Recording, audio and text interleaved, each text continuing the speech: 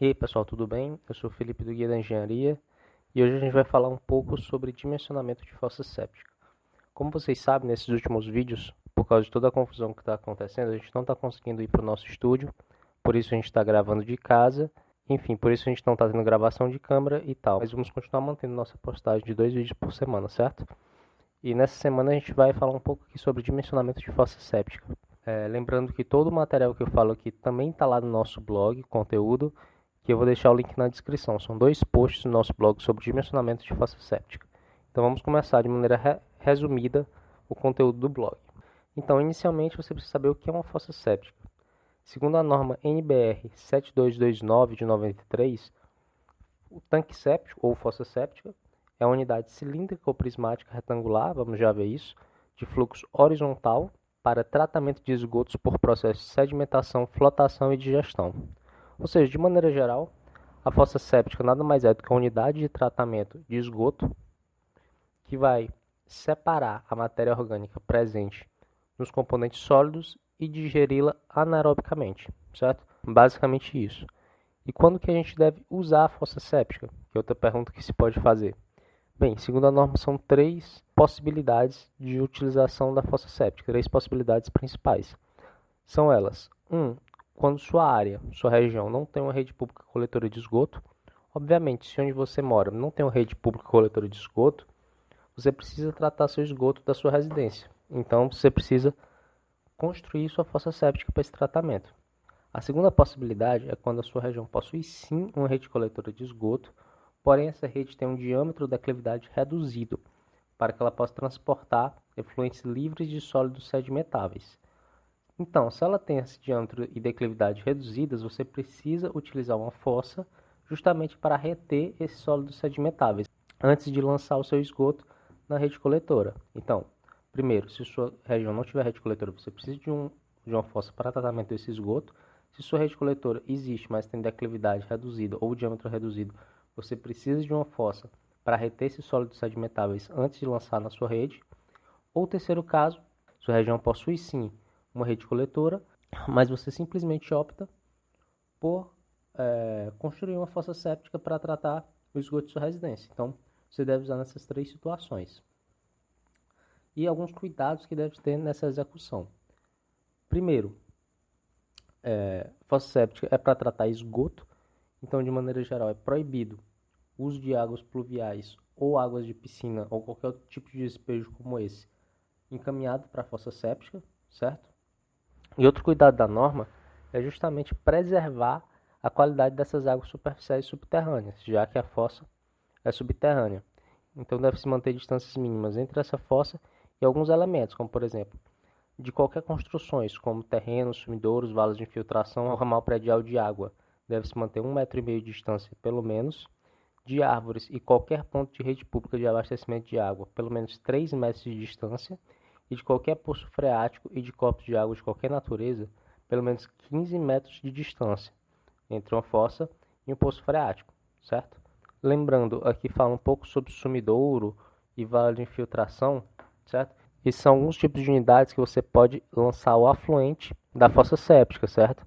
Então, lá no nosso blog também temos um post sobre sumidouro, se você se interessar sobre o conteúdo, em que eu vou explicar exatamente o que é sumidouro e como se deve dimensionar um sumidouro. E podemos até fazer um vídeo futuro também sobre isso.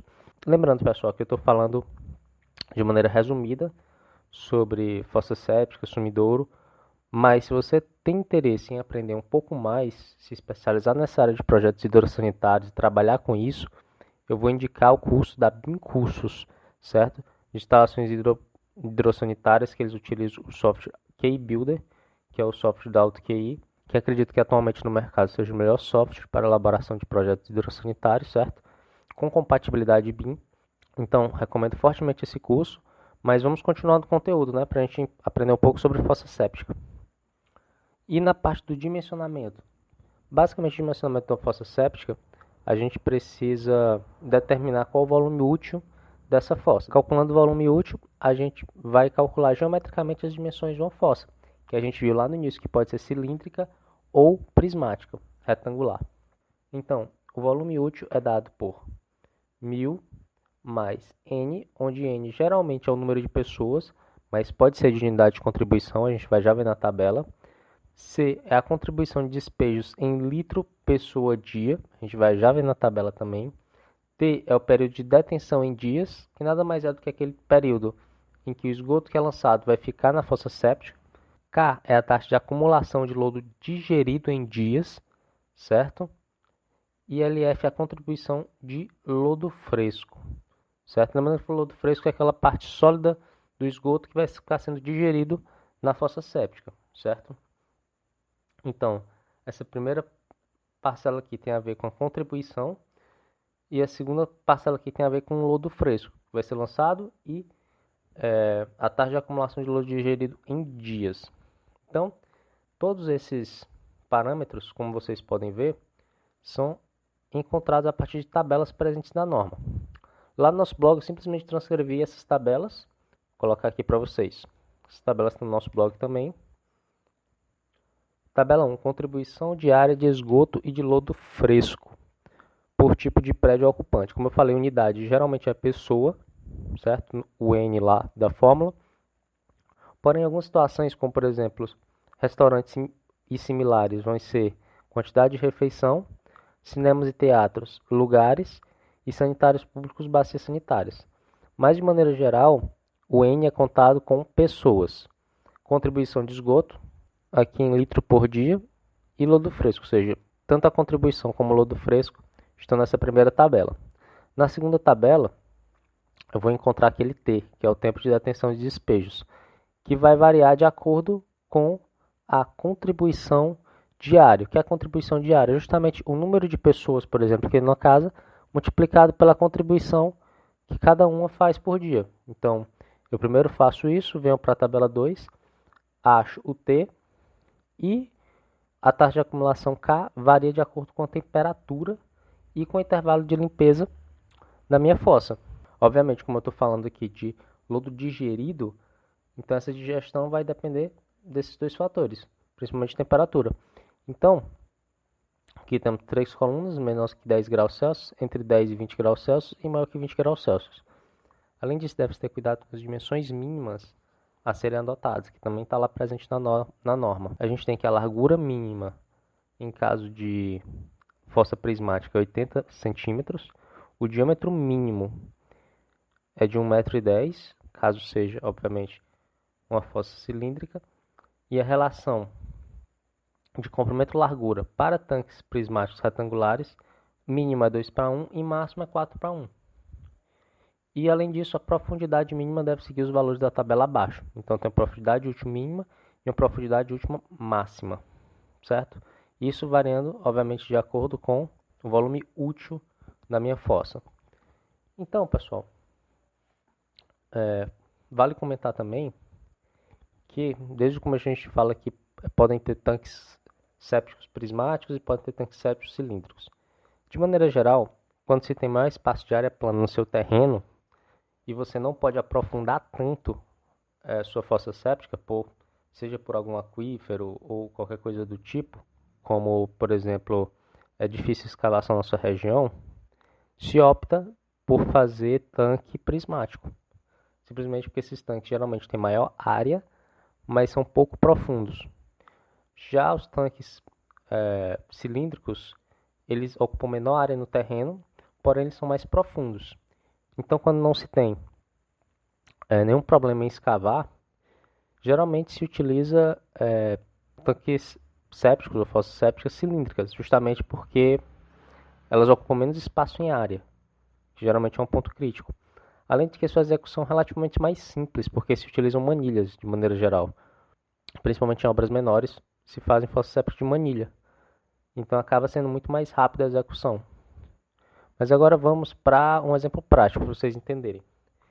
Vamos dimensionar juntos uma fossa séptica prismática e outra cilíndrica, que comporte a contribuição de uma residência unifamiliar de alto padrão, com 7 pessoas, residentes de uma cidade do interior de São Paulo, com temperatura média anual de 17 graus Celsius. Então, pessoal, como eu falei, basicamente a gente vai primeiro calcular o volume útil da nossa fossa, e o volume útil a gente vai usar tanto para a fossa séptica prismática como para a fossa cilíndrica, certo? Vai mudar somente a fórmula desse volume. Então, como vocês sabem, essa é a formulação do volume e a gente tem aquelas três tabelinhas. A primeira tabela, como eu sei que é uma residência de alto padrão, eu já sei que a contribuição diária é 160 litros por dia e o lodo fresco é 1. Então, já tenho 2 parâmetros. N, eu sei que é 7, então já tenho esse parâmetro também. O T, tenho que vir para a tabela 2, mas antes, lembrem que eu preciso da contribuição diária. Então, multiplicando N, que a gente viu que é 7, que é o número de pessoas na residência, por C, que é a contribuição por cada pessoa, a gente vai encontrar 1.120 litros por dia. Então, se enquadra aqui em até 1.500. Logo, o tempo de detenção é 1 dia. Então, já achamos também nosso T. E a taxa de acumulação, a gente viu que a temperatura média é 17 graus, então está entre 10. Vamos utilizar, então, a pior situação possível, que é a limpeza a cada 5 anos. Então, vamos utilizar um K de 225. Logo, vamos aqui para a resolução, somente substituindo valores. O N é 7, o C 160 da tabela, T 1 da tabela, K 225, LF 1. Então, o volume que a gente achou, o volume útil da nossa fossa séptica é 3.695 litros, ou 3,695 metros cúbicos.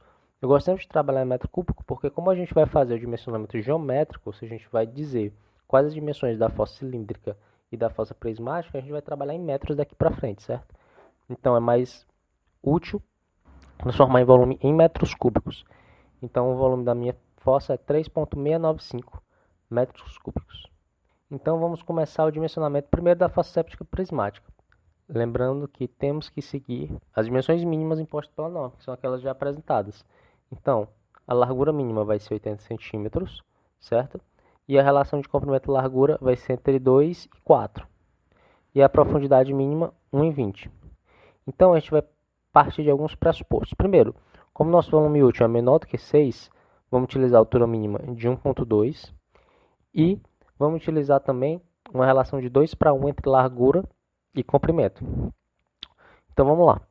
Isso aqui é uma representação de uma fossa séptica retangular, onde eu tenho aqui o comprimento B, a largura, isso aqui é uma vista superior, a largura A e uma altura H útil. Lembrando que ainda tem um espaço aqui que sobra para gases e escuma, certo? Que a gente está calculando é só o volume útil aqui, ok? Então, o volume de um prisma é A vezes B vezes H, certo? O volume que eu tenho é 3,695 metros cúbicos, que a gente calculou que é o volume útil da nossa fossa séptica. Então, simplesmente o volume é igual a A, B é o comprimento, lembrando que comprimento sobre largura, a gente disse que utilizar uma razão de 2, que a norma permite, então largura 2A, e a altura mínima de 1,20 m, que a gente também tinha combinado que ia utilizar. Então a gente acha que a nossa largura é 1,24 metros, certo?